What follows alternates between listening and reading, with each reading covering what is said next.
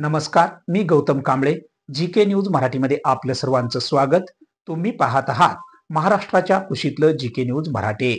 आता बातमी आहे विधी सेवा प्राधिकरण व प्रशासनाच्या वतीने किनवट येथे संपन्न झालेल्या शासकीय सेवा व योजनाच्या महाशिबिराची. पाहूया सविस्तर. आपल्याला ज्या काही योजना माहीत झालेल्या आहेत त्या योजनांचा तुम्ही स्वतः लाभ घ्या. सोबतच या योजना आपल्या संपर्कातील अनेकांपर्यंत पोहोचवा, असे आवाहन मुंबई उच्च न्यायालयाचे न्यायमूर्ती नितीन सूर्यवंशी यांनी किनवट येथील तालुका क्रीडा संकुलमध्ये आयोजित करण्यात आलेल्या शासकीय सेवा व योजनाच्या महाशिबिरामध्ये ते बोलत होते. या शिबिराचे आयोजन महाराष्ट्र राज्य विधी सेवा प्राधिकरण मुंबई यांच्या आदेशान्वये नांदेड जिल्हा विधी सेवा प्राधिकरण, जिल्हा प्रशासन नांदेड, किनवट तालुका विधी सेवा समिती व तालुका प्रशासन किनवट यांच्या संयुक्त विद्यमाने करण्यात आले होते. या शिबिरामध्ये अनेक लाभार्थ्यांना मान्यवरांच्या हस्ते विविध शासकीय योजनांतील प्रमाणपत्रे वाटप करण्यात आले. आरोग्य, शिक्षण, कृषी, महिला व बालकल्याण, व्यक्तिगत लाभांच्या अनेक योजना व सामाजिक न्याय विभागाच्या योजनांचे अनेक स्टॉल या ठिकाणी उभारण्यात आले होते. या प्रत्येक स्टॉलला मान्यवरांनी भेट देऊन पाहणी केली आहे.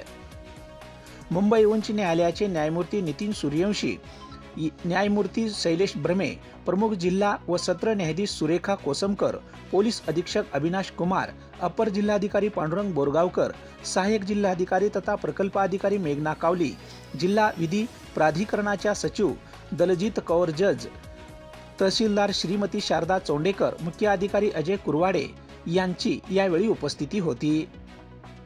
शासनाच्या विविध विभागाच्या 46 स्टॉलची उभारणी या ठिकाणी करण्यात आली होती. या ठिकाणावरून प्रत्येक योजनेची माहिती दिली जात होती. अतिशय शिस्तबद्ध पद्धतीने हे आयोजन करण्यात आले होते. यावेळी आपल्या संक्षिप्त संदेशामध्ये न्यायमूर्ती नितीन सूर्यवंशी यांनी या आयोजनामागचा उद्देश हा केवळ लोकांपर्यंत माहिती पोहोचवणे आहे. शासन कायम चांगल्या योजना निर्माण करते, पण बहुतेक वेळा ही माहिती जनतेपर्यंत जात नसल्याचे दिसून आले. न्यायालयीन कामकाज करताना देखील अनेक बाबी नागरिकांना माहिती नसते. त्यामुळे मदतीसाठी राज्य व विधी सेवा प्राधिकरणाची निर्मिती झाली. न्यायाबद्दल, आपल्या सोयीसुविधाबद्दल माहिती व्हावी, यामागील उद्देश आहे. आज इथे उपस्थित नागरिकांच्या संख्येवरून हा उद्देश सफल होताना दिसतो आहे, असे त्यांनी यावेळी स्पष्ट केले. पाहूया काय म्हणाले ते. नागरिकांना त्यांचे हक्क आणि विविध शासकीय योजनांची माहिती मिळावी, हा या शिबिरामागचा महत्त्वाचा उद्देश आहे. अशा शिबिराच्या माध्यमातून सर्व शासकीय योजनांचे प्रदर्शन भरवून त्या योजनांचा लाभ सर्वसामान्य लोकांना कसा घेता येईल याची माहिती दिली जाते.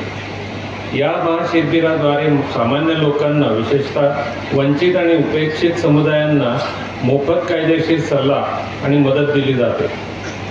आपल्या देशात राष्ट्रीय विधी सेवा प्राधिकरण आणि जिल्हा विधी सेवा प्राधिकरणे विविध शासकीय विभाग व इतर विभागांच्या सहकार्याने अनेकदा महाशिबिरं, कायदेशीर शिबिरं आयोजित केले जातात.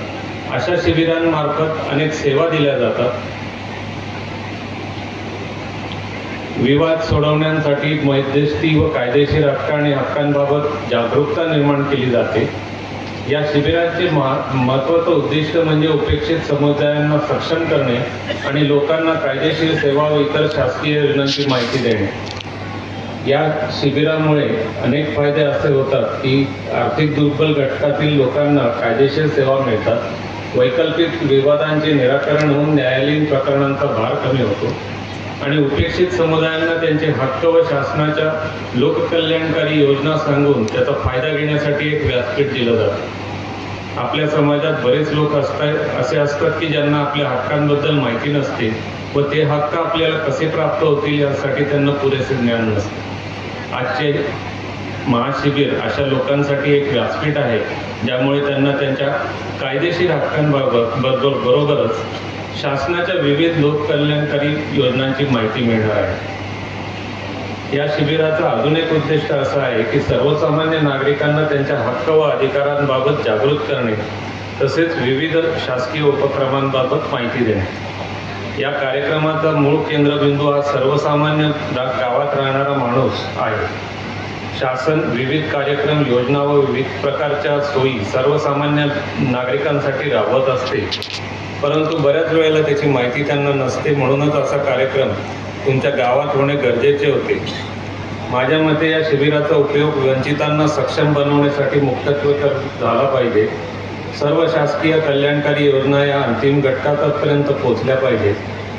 मला या ठिकाणी नमूद करावेसे वाटते की असे शिबिर फक्त शासकीय सोपस्कार होऊ नये व त्यांचं मूळ उद्दिष्ट सफल झाल्यास समाजातील वंचित घटकांना त्याचा फायदा निश्चित होईल. या शिबिरासाठी ज्या न्यायिक अधिकाऱ्यांनी, शासकीय अधिकाऱ्यांनी, कर्मचाऱ्यांनी विशेष कष्ट घेतले त्यांचं मी अभिनंदन करतो आणि त्यांचे आभार मानतो. आणि इथली उपस्थिती हे त्यांच्या कष्टांचं पावती आहे असं मी समजतो.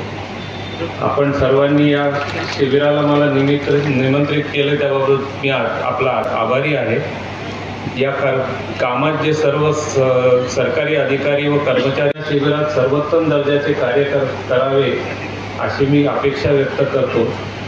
इथे उपस्थित नागरिकांनी या शिबिराचा जास्तीत जास्त लाभ घेऊन शिबिर भरवण्याचा उद्देश सफल करावा असं सर्वांना आवाहन करतो.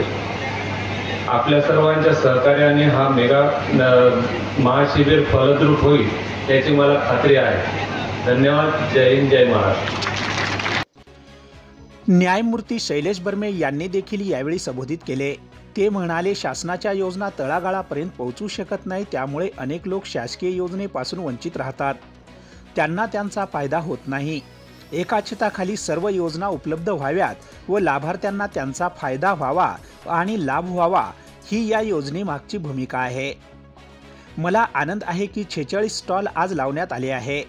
कल्याणकारी योजनाची अंमलबजावणी करण्याकरिता या ठिकाणी अनेक यंत्रणांनी जिल्हा विधी प्राधिकरणाला मदत केली. त्यासाठी आम्ही त्यांचे आभारी आहे. तसेच यावेळी त्यांनी उपस्थित मोठ्या महिलांच्या संख्येची देखील नोंद घेतली. ते म्हणाले, महिला सक्षमीकरणाकडे आपले पाऊल पडत असल्याचे आजही उपस्थित घोतक आहे. यावेळी प्रमुख जिल्हा व सत्र न्यायाधीश सुरेखा कोसमकर यांनीही संबोधित केले. तर कार्यक्रमाचे प्रस्तावित जिल्हा विधी प्राधिकरणाच्या सचिव दलजीत कौर जज यांनी केले. सर्व शासकीय यंत्रणांनी घेतलेल्या सहभागाबद्दलही त्यांनी सर्वांचे आभार मानले. सदरच्या कार्यक्रमाचे सूत्रसंचालन चौथेसह दिवाणी न्यायाधीश व स्तरचे महेश सोवानी यांनी केले. तर दिवाणी न्यायाधीश क स्तर PM माने यांनी सर्वांचे आभार मानले. प्रारंभी बोदडी बुद्रुक येथील अंध विद्यालयाच्या विद्यार्थ्यांनी स्वागत गीत सादर केले. तर समारोप सामूहिक राष्ट्रगीताने झाला. Bureau report, GK news, Kinwat, Nanded. तुम्ही पाहत आहात महाराष्ट्राच्या कुशीतलं GK न्यूज मराठी. सात जनतेची, भूमी महाराष्ट्राची.